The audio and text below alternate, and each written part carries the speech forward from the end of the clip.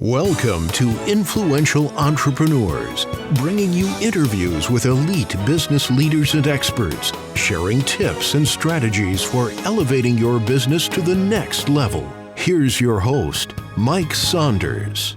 Hello and welcome to this episode of Influential Entrepreneurs. This is Mike Saunders, the Authority Positioning Coach. Today we have with us Kevin Guttman, who is a reverse mortgage specialist. Kevin, welcome to the program. Thank you, Mike. I'm glad to be here.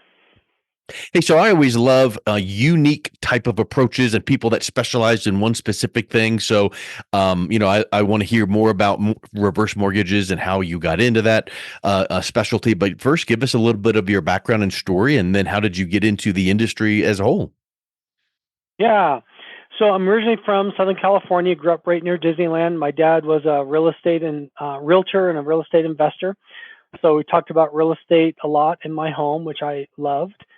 And when I started my career, I worked for a nonprofit. I used to travel around the country and meet with donors, raise money for people in the developing world to have clean water, medical clinics, schools, small business loans, etc.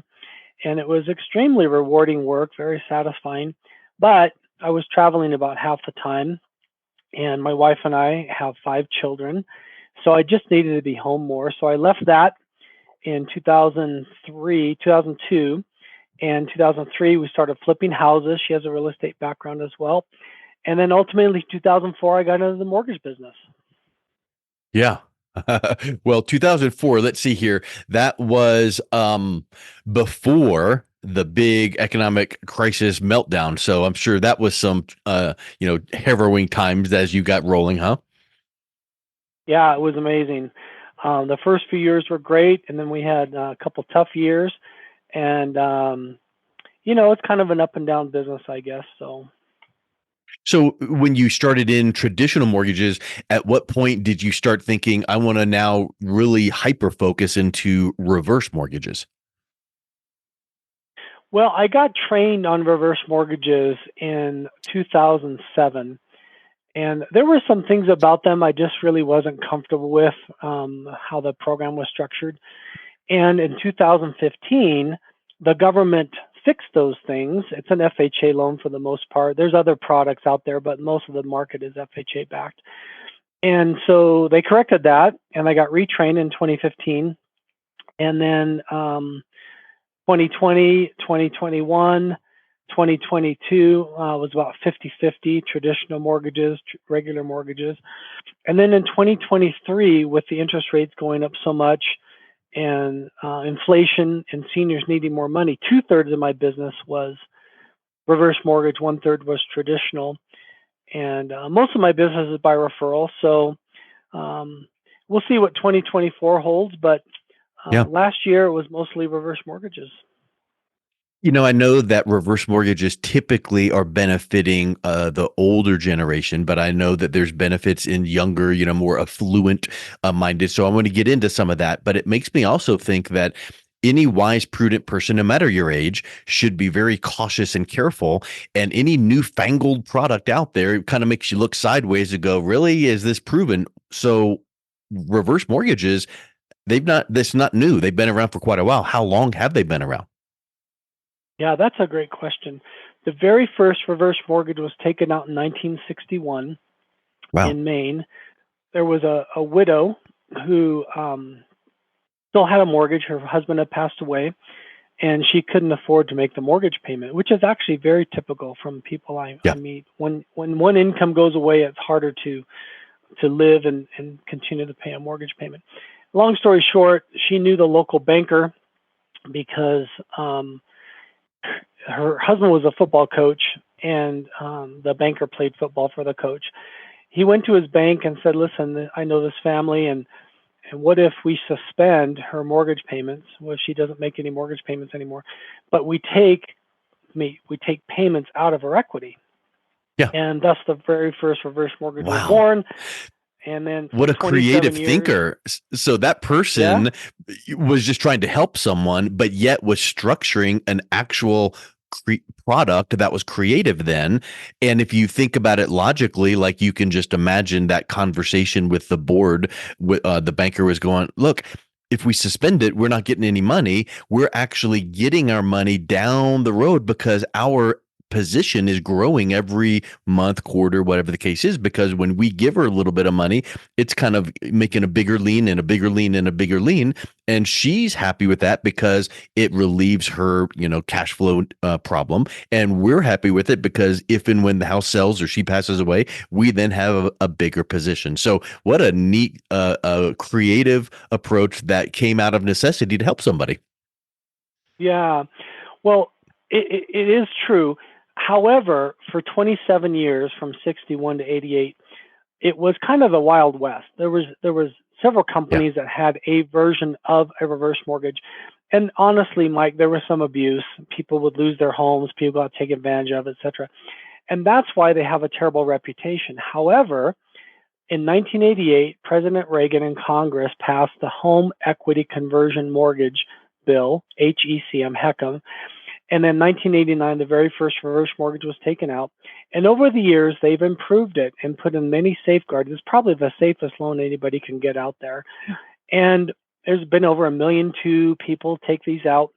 And it's designed for somebody that wants to remain at home and age in place, maintain their independence, live the lifestyle they've grown accustomed to or dreamed of, and not have a mandatory monthly mortgage payment. And in some cases, if there's enough equity, they can gain access to the equity. Maybe we can talk about the different uses at some point. Yeah.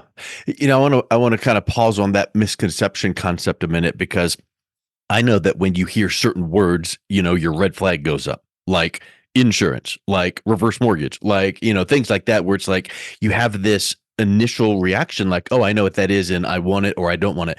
And I think that you're right. A lot of people think reverse mortgage is bad. But what you said there was with that HECM back in 88. That's when Mm-hmm. they started noticing here's some things we don't like about the reverse mortgage product. Let's make it better. And that was 1988. That was a minute or two ago, but yet that negative connotation still is out there. Why do you think that is? Mm-hmm. I think a couple things. One, the government's bad at marketing their products, as it were. Yeah. Um, and then two, when somebody gets something in their mind, it's hard to shift them off of it. So, like, I'll give you a quick story. Dave Ramsey, he's on the radio and he's got lots of books and stuff. And by the way, we coordinated Financial Peace University at our church, so I'm not against Dave Ramsey, Yeah. but he is not pro reverse mortgages. And he has a little clip out there on YouTube about how a 92-year-old man in Chicago's losing his home because he has a reverse mortgage. And so I just commented, because you can make comments on the Mhm. chat or the video. And I just made a comment. I said, well, isn't it true if somebody doesn't pay their property taxes, whether they have no mortgage, a mortgage, or a reverse mortgage, they're going to get foreclosed on? It doesn't matter if they Yeah. have a mortgage or not. If they Yeah. don't pay their property taxes, the county is going to foreclose. Have nothing to do with the guy having a reverse mortgage. So this is the kind of thing, though, that, here Wow. you've got a pretty popular guy out there in Dave Ramsey who's misinformed and putting that information out there. Well, of course somebody's going to say, oh, I don't want that. so so I don't know how to answer that other than Yeah. you have people that are uninformed. So what are some of the misconceptions that are out there that used to be happening with reverse mortgages, but now over the last few decades have been polished up and improved and now makes it one of the safest products out there? What were some of those things? Good question. The number one myth we hear is they have to give up title to their home. That's not true. You retain title and ownership Mm, the whole time. It's just like a regular mortgage.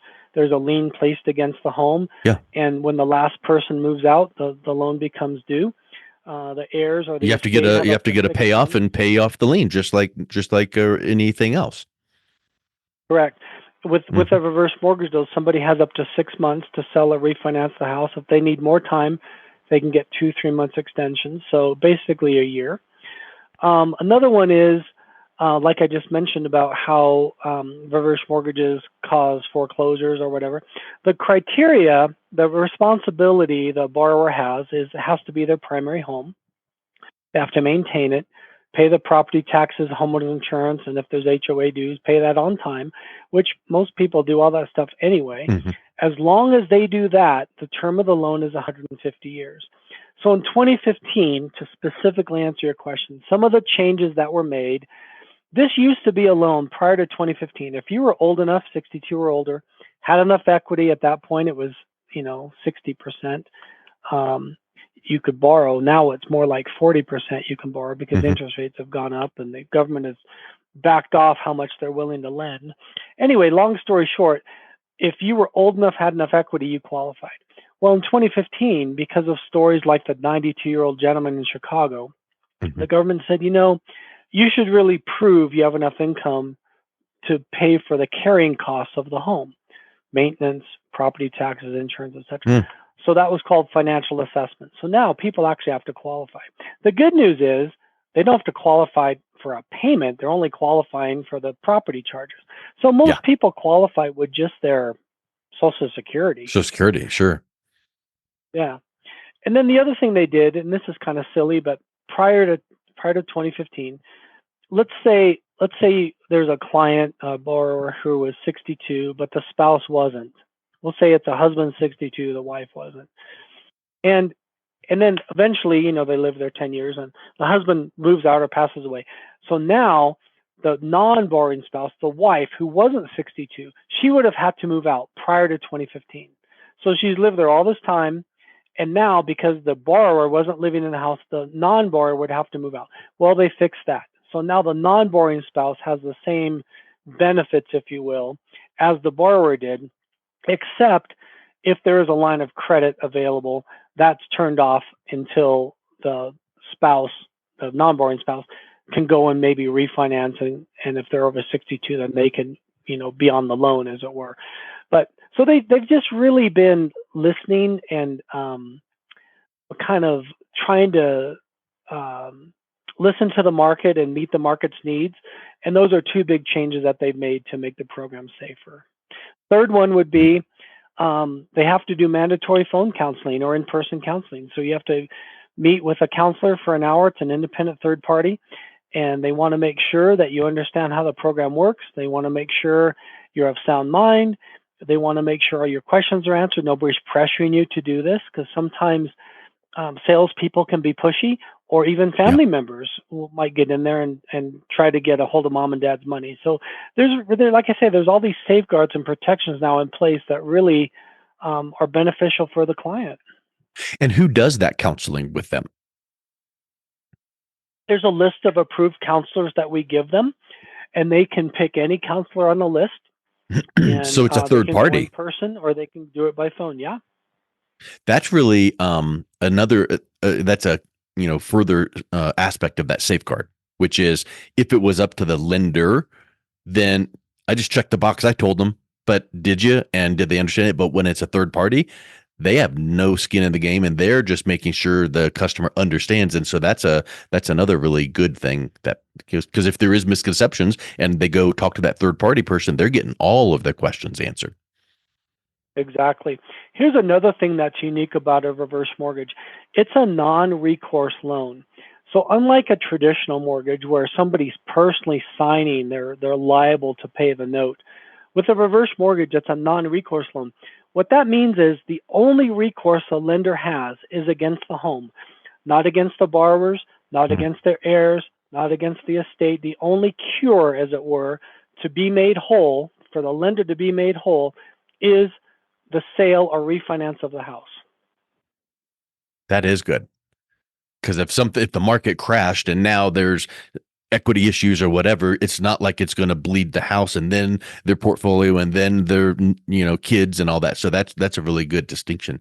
So you talked a little bit about some of the ways that seniors are using reverse mortgages. What are some of those other than the one you mentioned, which is I can't pay my bills, so now this will help me pay my mortgage?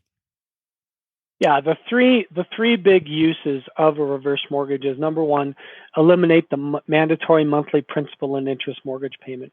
So think about it, Mike. When somebody's on a fixed income in retirement, to eliminate that monthly bill each month, the biggest bill you have, that's a game changer.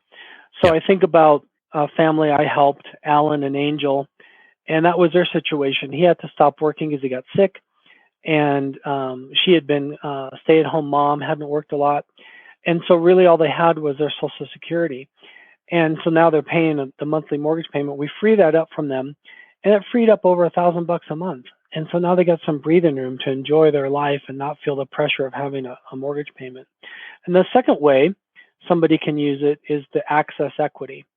So here you have somebody that owns their house outright or has a lot of equity, and they've been paying on their house all these years, and now their house can start paying them. 3 different ways they can access their equity. Think of it like an equity pie, and they can eat their pie with lump sum. Maybe they need some money to update their home, or they want to buy a car, or they want to take a trip, or they want to help a kid or a grandkid or help their church. Now they got a chunk of money they can access. Another way they can do it, and they can move in and out of how they use this money. It's not locked in. It's flexible. The second way would be monthly payments. So I have a guy right now I'm helping, and he goes, I want $1,600 a month for 23 years. And sure enough, we dialed it in. He's actually getting more than that because the appraisal Wow. came a little bit higher than he thought. It's more like 27 years. He'll get $1,600 a month tax free. Well, that changes your retirement. And then the third Yes. way is somebody, this is actually becoming more and more common. You've got somebody that's lived in their home for all these years, they raised their kids there, but it doesn't really suit them now. Maybe there's stairs and they can't do the stairs anymore. Maybe it's too big and they don't want to clean and maintain the house, or maybe they're not comfortable with the neighborhood because the neighborhood's changing and people move in and out, right? Neighborhoods change. So now they can sell their house, take the proceeds, put 60 to 65% down, depending upon their age. And now they can buy a house that better suits them in a stage of life, no mortgage payment, a house that is maybe newer, no deferred maintenance, single level living, et cetera, better neighborhood perhaps. And now they just have improved their living situation and they have no more mortgage payment. So where does the reverse mortgage go in that scenario? Because if they sell their house and buy a smaller house, did they put the reverse mortgage on the smaller house for cash flow? Correct. Yeah. Yeah. So yes, to your point, it's like 4 bedrooms, 3 baths, all the kids are gone. We don't need that. So let's sell the house. And now we bought a house cash free and clear, but we still need cash flow because of our lifestyle and living needs. So now we do the reverse mortgage on the smaller house, and it's what we like because there's no steps or there's whatever the case is. So yeah, that makes a whole lot of sense.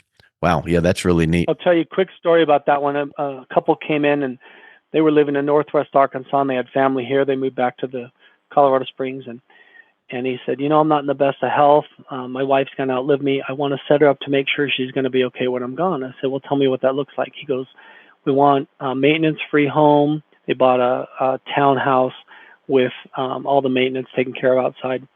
And we're going to put this money down. We'll still have some money left because we're not using all of our money because the government, the program was putting up 40%. They were putting down 60%. And then no payment was required. So at the end, we closed. They're very grateful right before Christmas. A few months later, she calls me and she says, hey, I just want to let you know Bill passed away. And I said, oh, I'm so sorry. She goes, now you told us that as long as this was our primary home, we maintained it, we paid all the property taxes, homeowners insurance, HOA dues on time, there's no mortgage payment due, right? I said, that's right. Breathes a sigh of relief. She goes, great. That's the only way I can afford to stay in my home. Wow. Yeah. It's neat when you are providing services to people that it impacts their lives positively. And you've just described a reverse mortgage, sir. Yeah. Yeah. Really amazing. Well, Kevin, it's just been such an eye-opening conversation. I really appreciate how you laid it out clearly. If someone is interested in learning more and then also reaching out and connecting with you, what's the best way they can do that? I've got a toll-free number, 877-251-9709. They can go on my website, reversemortgagerevolution.com. I got a ton of resources on there, consumer guide, videos, blogs, articles, interviews, etc. And that's a good resource, reversemortgagerevolution.com. If somebody just wants to run their numbers, happy to do that for them. There's no charge. We just talk about how it could work and see if it's a good fit for them. Well, Kevin, thank you so much for coming on. It's been a real pleasure talking with you today. Thank you, Mike. I sure enjoyed it. You've been listening to Influential Entrepreneurs with Mike Saunders. To learn more about the resources mentioned on today's show or listen to past episodes, visit www.influentialentrepreneurssradio.com.